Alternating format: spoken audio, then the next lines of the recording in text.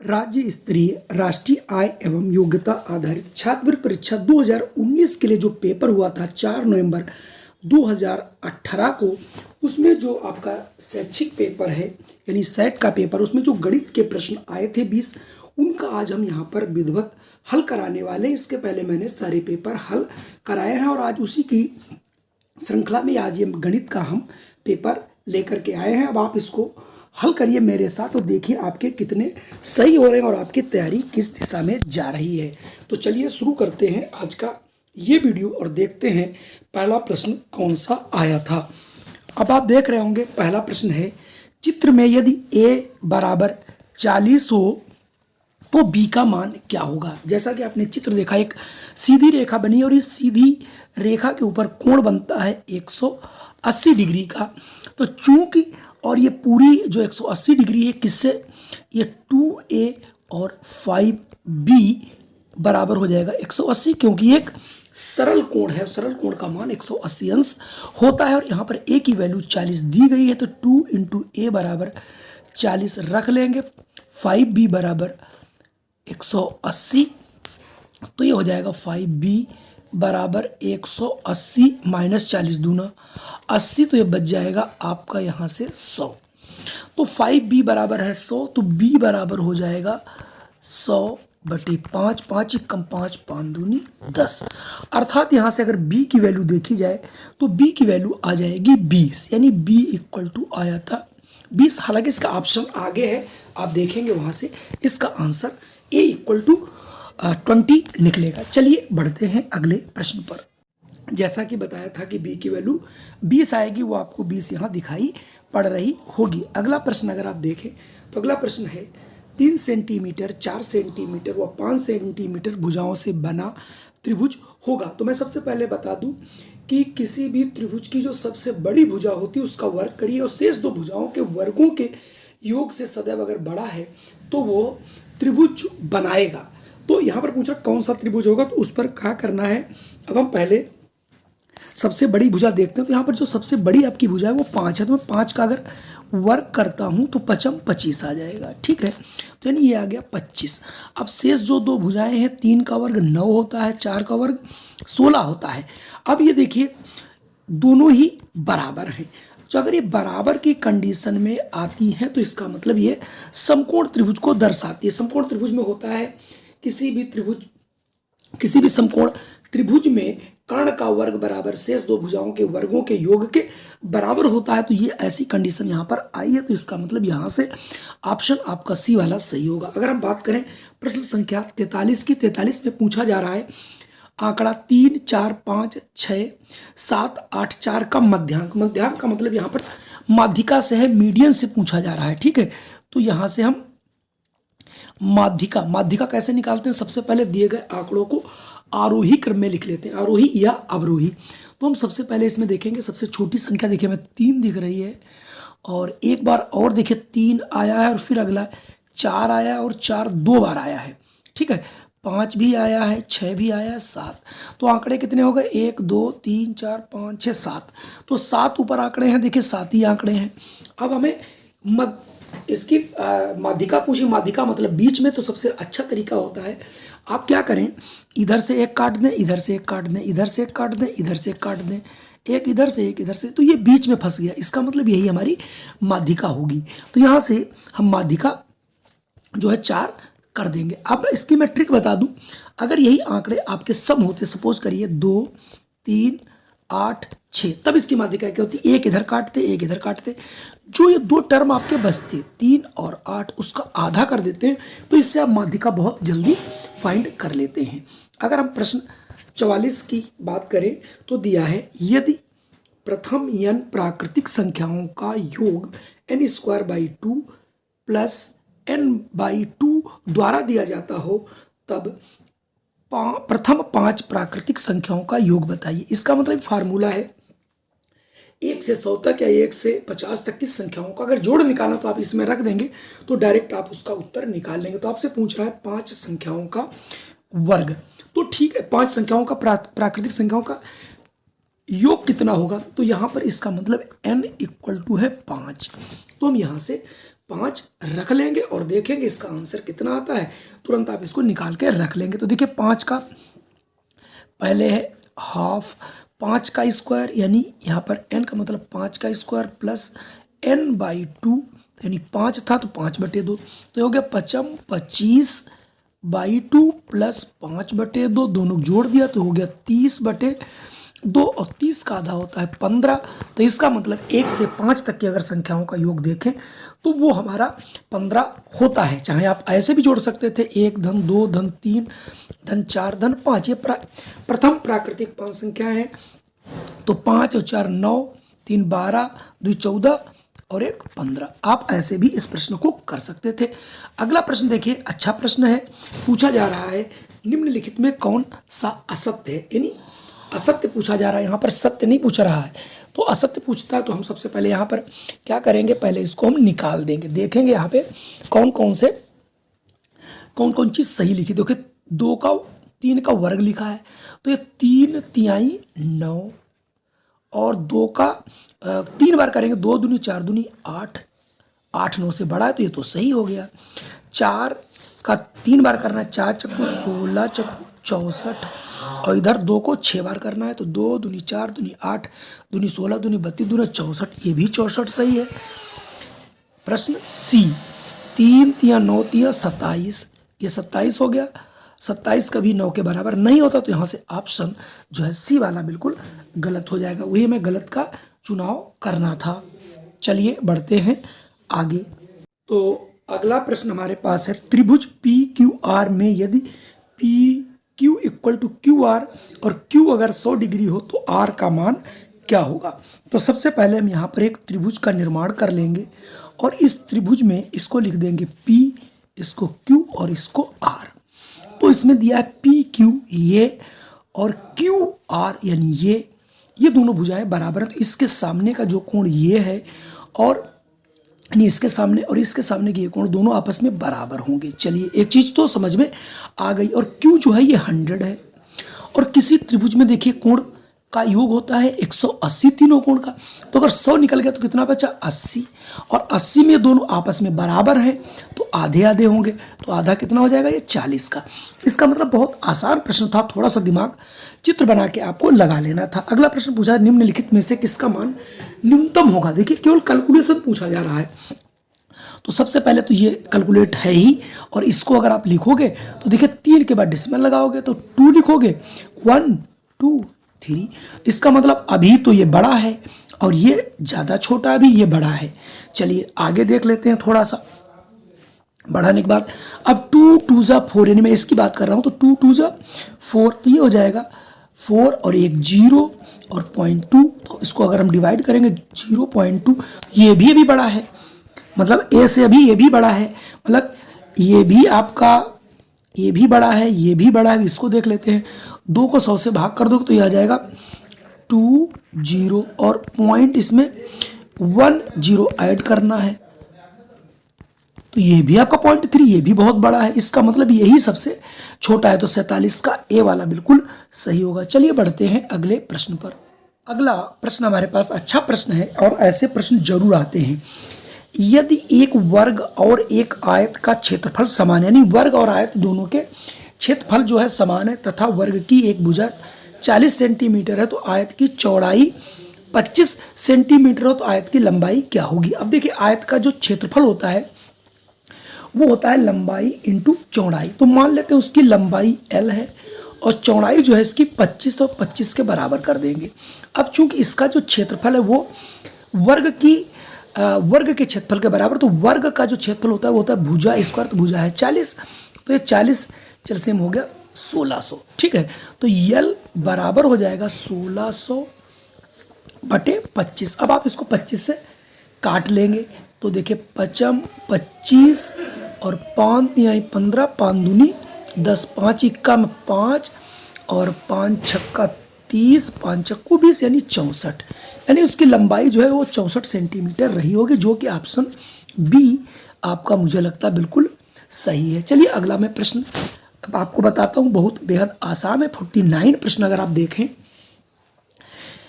यदि सुहाना sofa set को 9600 रुपये में बेचकर 20% का लाभ कमाती है, तो सोफा सेट का क्रय मूल्य क्या होगा। अब देखिए बहुत आसान सा सवाल है इसे।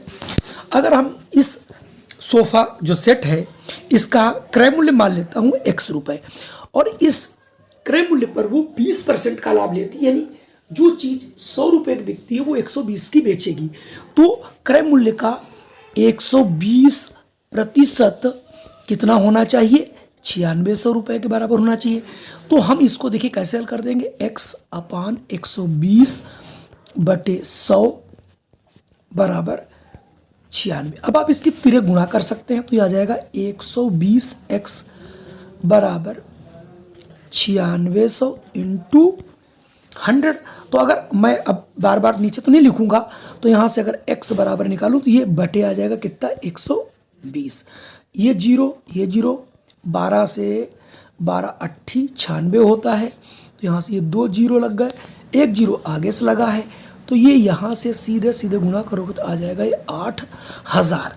यानी उस सोफा जो सोफा सेट वो 9600 बेच रही, उसका क्रय मूल्य 800 रुपये रहा होगा। अगला प्रश्न है, एक आयत की लंबाई 40 सेंटीमीटर तथा उसका एक विकर्ण 41 सेंटीमीटर का, तो उसका परिमाप बताओ। तो परिमाप क्या होता है, 2 लंबाई घन चौड़ाई। तो चूंकि यहाँ पर लंबाई आपको पता है लेकिन उसकी चौड़ाई नहीं पता है, तो चौड़ाई बहुत आसानी से हम पता कर सकते हैं। आपके सामने ये एक आयत बना लिया, ABCD, और आयत के सभी कोण 90 डिग्री के होते हैं।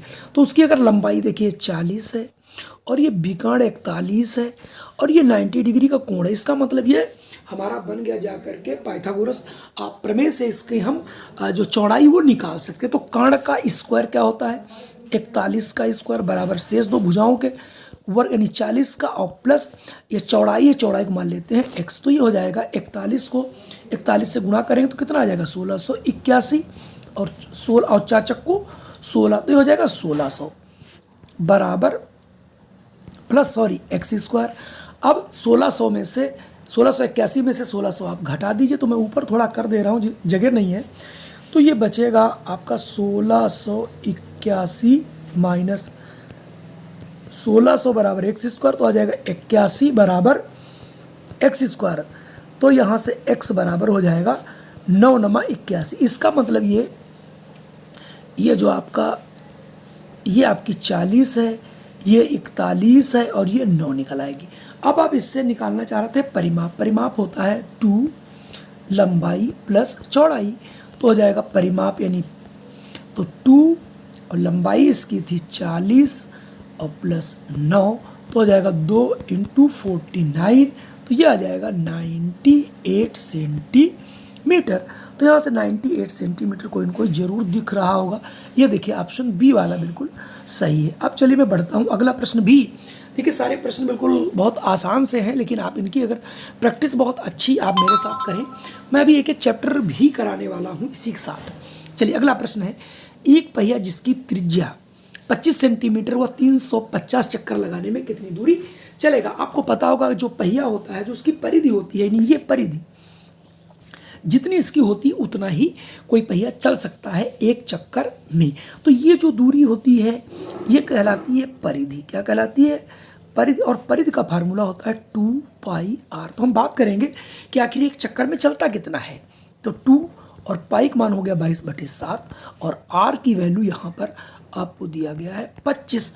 तो आप इसकी गुणा कर लीजिए, तो देखिए 25 22 दूना 44, 44 को 25 44 और 25 चक्कू 100, 25 चक्कू 100 और 1 11, तो इसकी आ जाएगा 1100/7 सेंटीमीटर। यानी एक बार पहिया जो है इतना चलेगा, तो हमें चलाने कितना है 350 चक्कर। तो 1100/7 इंटू 350। अब 7 × 7 7 पन्ना 35, तो 5 से करोगे आप तो बार बार 5 5 5 × 5 5 × 5 और यहाँ से आपके 3 जीरो, यानी इतने सेंटीमीटर उसको चलना पड़ेगा। अब इतना आंसर चूंकि सेंटीमीटर में नहीं आ रहा तो इसके बना ले मीटर। मीटर के लिए इसको 100 से कर दीजिए भाग, 2 जीरो कट जाएगा तो आ जाएगा 550 मीटर, यानी 550 मीटर उसे चलना पड़ेगा। चलिए बढ़ते हैं अगले प्रश्न पर। अगला प्रश्न है, दिए गए चित्र में A B parallel to C D, यानी ए बी और सी डी दोनों समानांतर हैं, ए पी क्यू बराबर 50 तथा पी क्यू डी 130 हो तो क्यू पी आर यानी इस एंगल का मान आपसे पूछा जा रहा है। अब आप जानते होंगे कोई भी अगर दो रेखाएं समानांतर है और उसे तिर्यक रेखा कोई काटती मान लेते हैं, ये रेखा हम आगे तक बढ़ा देते हैं, तो अब आप ये एंगल और ये एंगल दोनों हमारे बराबर होंगे क्योंकि हमारी एकांतर कोण होंगे। अब ये अगर 130 है तो ये वाला एंगल पूरा 130 हो जाएगा 30 में से, और उसमें से चूंकि 50 पहले निकल चुका है तो ये हो गया 80, तो इसका मतलब ये पी वाला जो ये कोण है ये आ जाएगा 80 डिग्री, तो यहाँ से सी वाला सही होगा। अगला प्रश्न है, यदि किसी संख्या के 1/3 में से 1 घटाने पर 1 आता है तो संख्या क्या होगी? बेहद आसान प्रश्न है। आप क्या करेंगे, मान लेते हैं कोई एक संख्या आपकी x है, उसका 1/3 कर दीजिए, उसमें से 1 घटा दीजिए और 1 के बराबर कर दीजिए, तो ये x/3 बराबर हो जाएगा 1 + 1 = 2। तिरक गुणा करेंगे तो x 1 जा x 3 दूनी 6, तो वो संख्या जो हमारी होगी अभिष्ट संख्या वो 6 होगी। अगला प्रश्न है, 21 धन 23 धन 25 धन 27 धन 29 किसके बराबर होगी? तो ये पूछ रहा है, यानी किसको किस फॉर्म में आप लिख सकते हो। तो हम इनको जोड़ेंगे और इनको जब आप जोड़ते हो तो ये हमारा जोड़ देखिए 125 आ रहा है। अब 125 को क्या लिख सकते हैं हम? 5 की घात 3, 5 25 पंजे 125, यानी ऑप्शन बी वाला बिल्कुल सही हो जाएगा। अगला प्रश्न, मानक रूप बहुत बार पूछा जा रहा मानक रूप। तो मानक रूप कैसे लिखते हैं? मानक रूप लिखने का मतलब है कि जो भी संख्या दी गई उसमें हम जो भी संख्या एक संख्या के बाद डेसिमल लगाना रहता है, तो यहाँ में डेसिमल इस साइड लेकर के आना है। तो ये 8 × 10 की पावर, अब कितना हम लेफ्ट से राइट आ रहे हैं, तो जितना हम लेफ्ट से राइट जितने भी अंक चलकर देखो कितने 1 2 3 4 5 6 7 8, तो वो 10 की पावर वो माइनस लगा लेते हैं। अगर इधर से चलते हैं तो पॉजिटिव लगती है 10 की पावर और पीछे से तो माइनस, तो इसका हो जाएगा 8 × 10 की पावर -8। तो यहाँ से ऑप्शन ए वाला बिल्कुल सही होगा। आप इन प्रश्नों को जो भी आपकी बुक है उससे आप पढ़ेंगे, जो गवर्नमेंट वाली बुक, उससे सारे प्रश्न ये मिल जाएंगे। अगला प्रश्न है, समपंचभुज के प्रत्येक अंतःकोण का मान क्या होगा? तो सबसे पहले जो हमारा समपंचभुज होता है उसके सभी कोणों का एडिशन कितना होता है हम निकाल लेते हैं। तो किसी भी पंचभुज या षष्ठभुज के उसके अगर कोण आपको पता है, भुजाएं पता है, तो आप उसके अंतःकोणों का योगफल का फार्मूला होता है, आप लोग याद रखिएगा सदैव के लिए। तो समपंचभुज के कोणों का अंतःकोणों का हो जाएगा 2n - 4 × एक समकोण यानी 90। तो 5 है तो 2 × 5 - 4 × 90, तो हो जाएगा 2 पंजे 10, 10 में से 4 चला जाएगा, हो जाएगा 6 × 90। अब ये पांचों अंतःकोणों का योग होगा। अब चूंकि 5 ही कोण बनेंगे तो इसको हम 5 से भाग कर देंगे, तो हो जाएगा एक जो अंतःकोण वो कितने बनेगा? तो 5 × 5 यहाँ लगा दीजिए, 4 तो 5 × 40, 18 पंजे 90, 18 छक्का 108।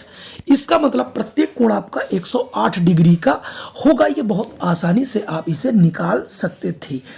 अब आपके पास प्रश्न आता है, 25,000 का 3 वर्ष का साधारण ब्याज इतना है तो दर क्या होगी? तो आपको पता है कि प्रिंसिपल जो आपका सिंपल इंटरेस्ट आता है वो होता है PRT/100, या आप हिंदी में कहते हैं साधारण ब्याज बराबर मूलधन और रेट × समय बाई 100। तो आपसे यहाँ दर पूछा जा रहा है, तो दर का फार्मूला आप यहाँ से डायरेक्ट लगा देंगे। दर बराबर होता है साधारण ब्याज × 100 अपान प्रिंसिपल × आपका जो है यहाँ पर टाइम। बस यहाँ पर जैसे ही इस फार्मूले में आप रखेंगे तो आपका उत्तर यहाँ से आ जाएगा। तो आपके सामने यहाँ पर जो इंटरेस्ट है वो 2550 है, × 100 कर दीजिए अपान 2530 × 3। इसको आप जैसे ही हल करके लाओगे ये 3% ही निकल के आ जाएगा। तो हम कैलकुलेशन बहुत आपको बता चुका हूँ। चलिए अगला प्रश्न हम देख रहे हैं 2pq minus P plus Q minus 3pq और ब्रैकेट में p माइनस क्यू का मान क्या होगा। अब हम इसको थोड़ा सा हल करेंगे तभी इसका आंसर यहाँ पे निकाल पाएंगे हम लोग। तो कैसे हल करेंगे, देखिए इसमें दोनों में पी क्यू कॉमन है, आपको कॉमन लेना आना चाहिए साहब। तो हम सबसे पहले पी क्यू यहाँ से कॉमन कर देंगे तो 2 बच जाएगा। अब 2 से गुणा कर देंगे तो 2p प्लस 2q बचेगा, फिर माइनस का 3 बचेगा, माइनस से 3 से गुणा करेंगे अंदर p माइनस क्यू को तो सारे चिन्ह बदल जाएंगे। तो ये हो जाएगा 3p और q हो जाएगा प्लस का, तो ये हो जाएगा 3q। तो ये आपका बच गया पी क्यू और ब्रैकेट में देखिए 2p में से 1p चला जाएगा, 3p चले जाएंगे, माइनस का p बचेगा, q 3 2 5 q होगा। अब इसकी गुणा कर देंगे तो हो जाएगा माइनस p स्क्वायर q और प्लस 5pq स्क्वायर। यहाँ से कोई ऑप्शन आपको मिलना चाहिए। ये ऑप्शन आपको देखिए डी वाला आपको ऑप्शन बिल्कुल मिल रहा है, आप मिला लीजिए और बिल्कुल आपका सही है। अगला प्रश्न आपका पूछा जा रहा है घनाभ से है 10 metre by 10 metre by 5 centimetre बीमा मतलब भुजा होता है वाले एक कमरे में रखी जा सकने वाली सबसे लंबी छड़, यानी ये पूछा जा रहा है घनाभ का विकर्ण। तो घनाभ का जो विकर्ण होता है वो होता है आपका √L² plus b² plus h²। तो यहाँ से इसकी लंबाई भी 10 है, चौड़ाई भी 10 है और ऊंचाई उसकी 5 है। तो ये फार्मूला चूंकि होता है तो रख देंगे 10 100 और 5 25 100 दूना 200 और 225 का अगर वर्क करते हैं तो ये 15 आता है। इसका मतलब एक कमरा जिसकी लंबाई 10 मीटर, चौड़ाई 10 मीटर, ऊंचाई 5 मीटर है, तो उसमें सबसे लंबी जो छड़ होगी वो रखी जा सकती है 15 मीटर की। तो यहाँ से ऑप्शन आ जाएगा 15 मीटर। फिर प्रश्न देखने में थोड़ा सा अलग लग रहा है लेकिन बहुत ही आसान प्रश्न है। देखिए इसमें क्या करना है बच्चों, जैसे हमने ये 58 क्वेश्चन के वैसे ये देखिए 13/11, 13/11, 13 तीनों में एक कॉमन है। कॉमन क्या होती है, जो सबके साथ हो। तो हम क्या करेंगे, इस 13/11 को देखिए यहाँ पर 13/11 आपके सामने कॉमन करता हूँ। चलिए अब मैं इसको हल करने का प्रयास करता हूँ। देखिए -14/5, यहाँ से भी -7/5 बचेगा, फिर भी ये माइनस, चूँकि हम प्लस का कॉमन लें तो माइनस ही हो जाएगा, और ये 34/5 बचेगा। अब देखिए सभी का हर बराबर है तो हम इसे बहुत आसानी से सबका हर रहेगा 5। अब आप -14 और -7 और 34 इनको जोड़ेंगे, और जैसे ही इनको जोड़ेंगे देखिए तो 7 या 21 और 34, तो ये हो गया 55, सॉरी। तो ये -55/5 और इंटू 13/4, 5 से काट देंगे, 5 एकम 5, 5 एकम 5। अब 13 को अब हम इसको गुणा कर अगर देखेंगे तो ये 11 आएगा, तो 11 और ये कितना 11 ही तो था, ये 11, ये 11, तो 11 और ये 11 कट जाएगा तो आ जाएगा 13, लेकिन माइनस का। तो यहाँ से बहुत आसानी से हम इसका आंसर 13 पुटअप कर लेंगे। तो आज के ये हमारे प्रश्न थे, आपको कैसे लगे? अगर ये प्रश्न आपको पसंद आए तो कृपया, अगर चैनल पे पहली बार आए तो कर लीजिए सब्सक्राइब, और इस वीडियो को आप लाइक जरूर करें। फिर मैं मिलता हूँ आपको एक अगले वीडियो में। जय हिंद, वंदे मातरम।